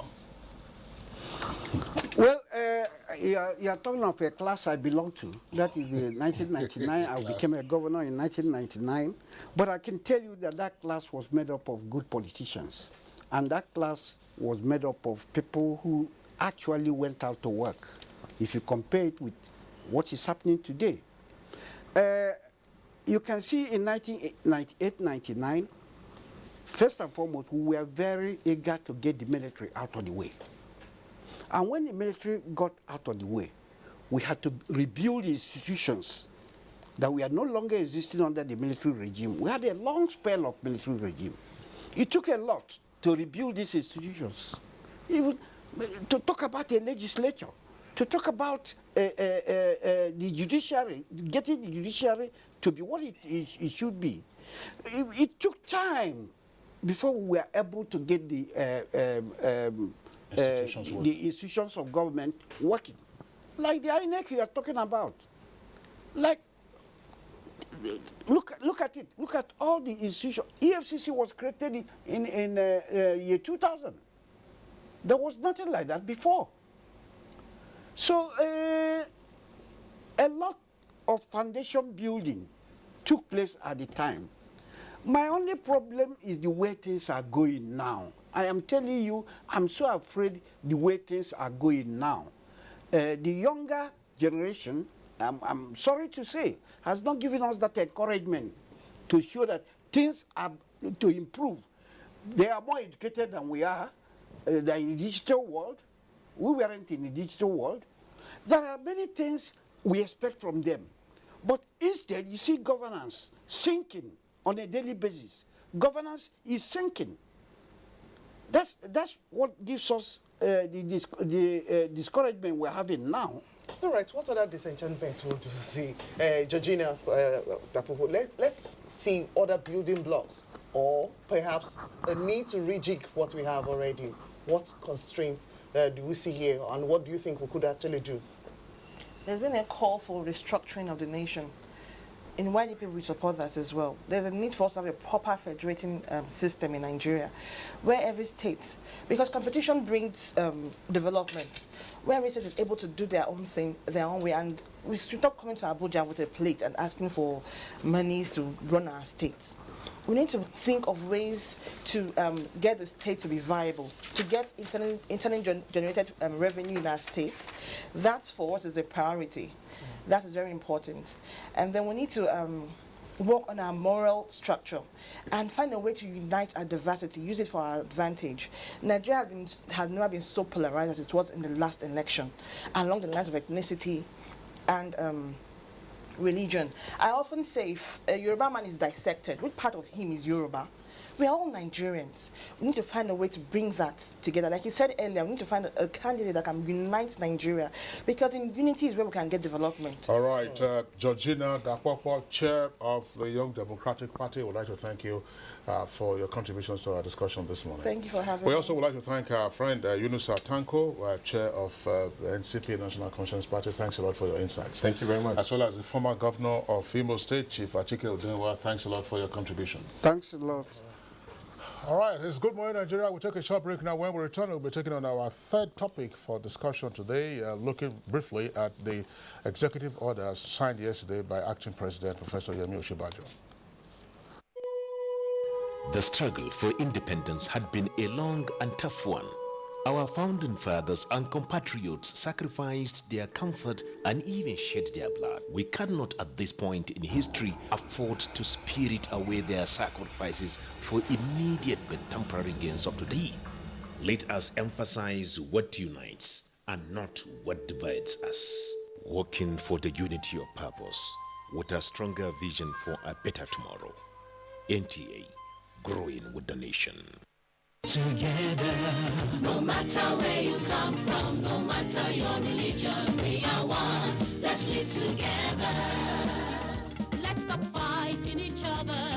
Let us live as one. It doesn't matter where you come from, your tribe or religion, man, woman or child. It doesn't matter who you are. Put Nigeria first. No matter where you come from, no matter your religion, we are one. Let's live together. How can we develop when we're always in crisis? Families have become refugees in their country. No matter our differences, show some understanding. No matter where you come from, no matter your religion, we are one. Let's live together.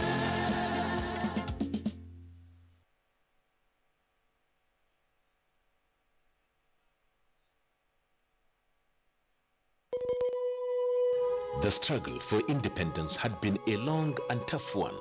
Our founding fathers and compatriots sacrificed their comfort and even shed their blood. We cannot at this point in history afford to spirit away their sacrifices for immediate but temporary gains of today.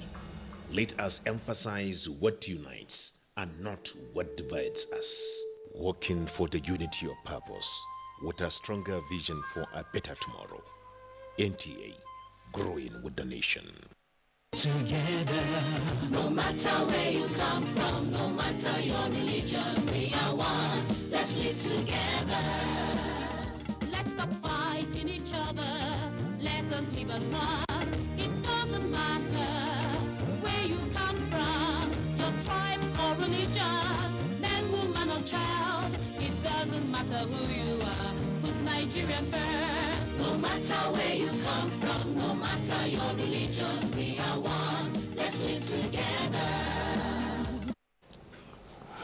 All right, welcome back. And it's still Good Morning Nigeria, reaching you on the network service of the Nigerian Television Authority. Now, yesterday, the acting president signed 3 executive orders, one of them relating to ease of doing business, the other on transparency, as well as efficiency of the business environment, plus early submission of budgetary estimates by various MDAs. Now we have with us in the studios to discuss at least 2 of these executive orders, the Senior Special Assistant of the President on Trade and Industry, with particular emphasis, of course, on ease of doing business. That's Dr. Jumoke Oduwole. Dr. Oduwole, a pleasure to have you join us on the program. Thank you. All right, so now let's look at what is the significance of the executive orders, on executive order in particular, with regard to ease of doing business. We know that there's been the council has been walking around trying to smoothen the path for business persons in the prospective or those who are already in. So what is the significance of the current executive order? This is actually a historical intervention by this administration on ease of doing business, as you mentioned. The council has been working assiduously since last year on various reform areas.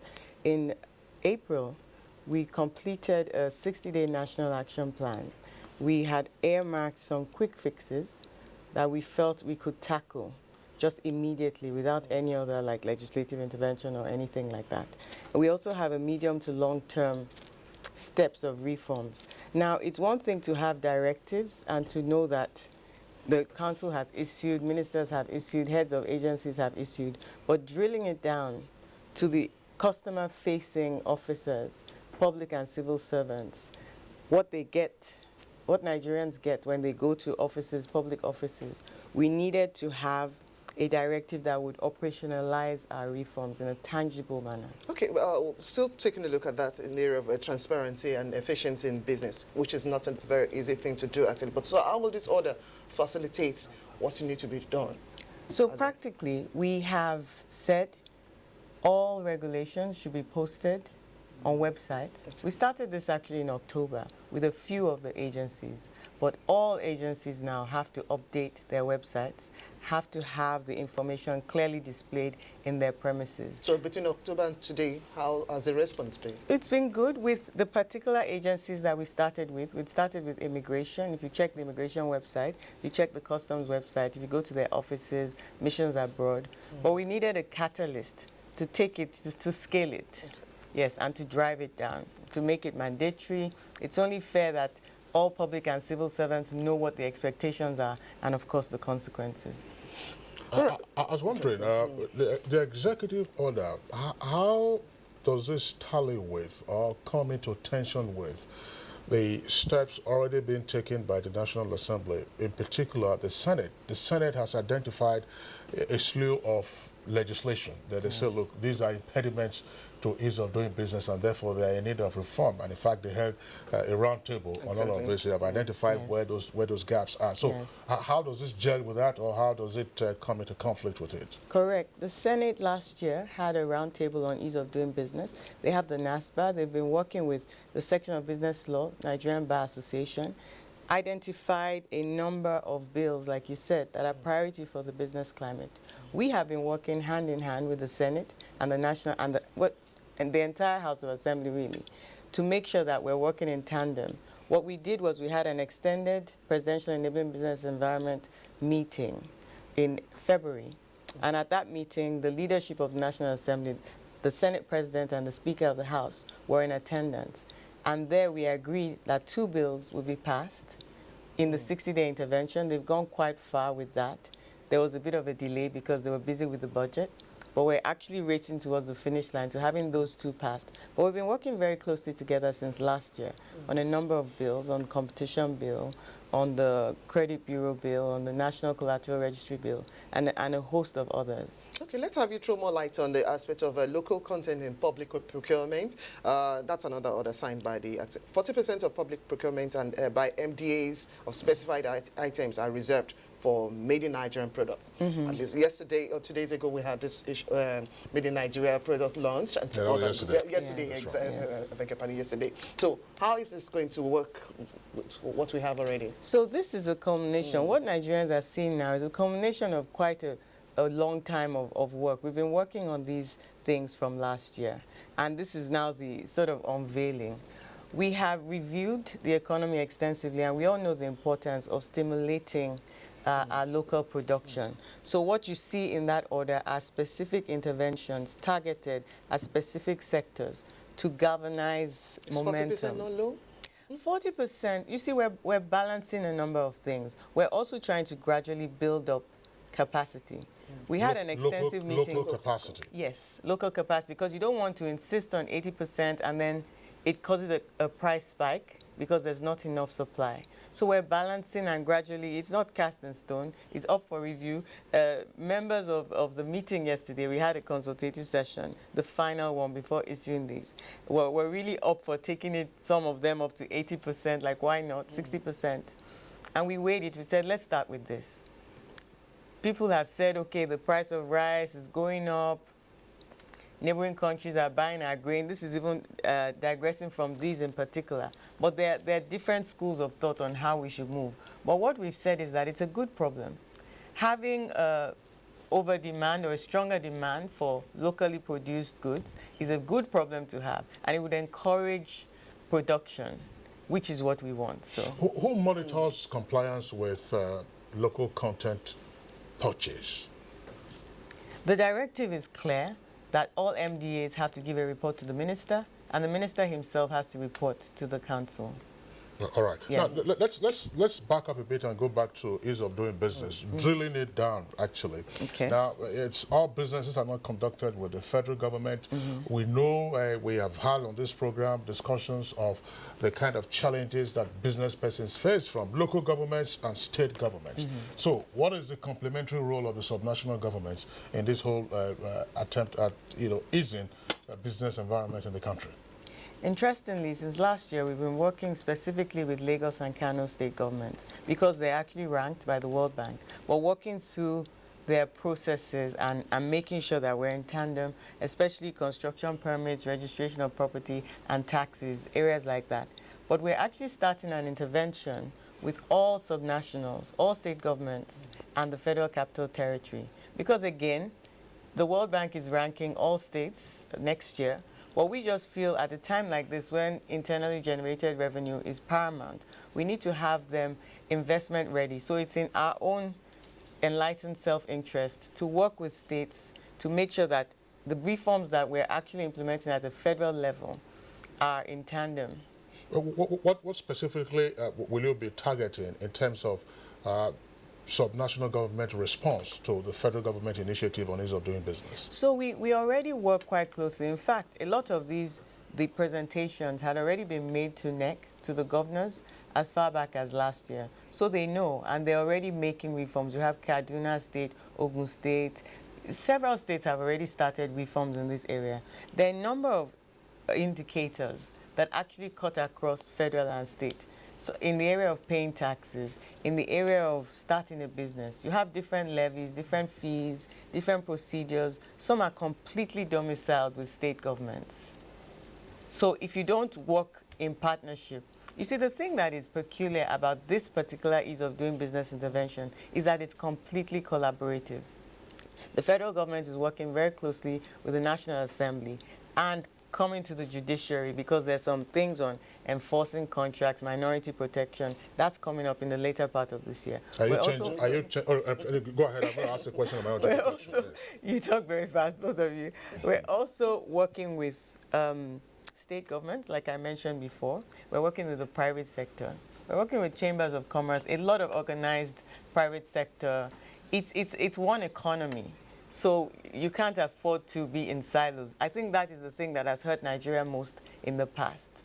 All right. Well, we're pressed for time now. No, go on. We were talking about minority protection. I was going to then ask whether there's any potential alteration, coming alteration to the provisions you already have in the Companies and Allied Matters Act, which deals with minority protection. Funny you should ask that. The Companies and Allied Matters Act is actually being reviewed right now. There's a technical committee that the Senate President... Are you reviewing specifically minority protection? I wouldn't want to preempt The Senate President inaugurated a technical committee. Yes. A member from the Secretariat is on that committee. I wouldn't want to preempt the committee, but watch that space. Yes. Watch out. All right, that's Dr. Jumoke Oduwole. She's Senior Special Assistant to the President of Trade and Industry. Thanks a lot for your short but very eventful time with us on Good Morning Nigeria. It's a pleasure. All right, so that does it for the discussion segment on Good Morning Nigeria. 3 topics that we dealt with already. Let's move on very quickly now to sports.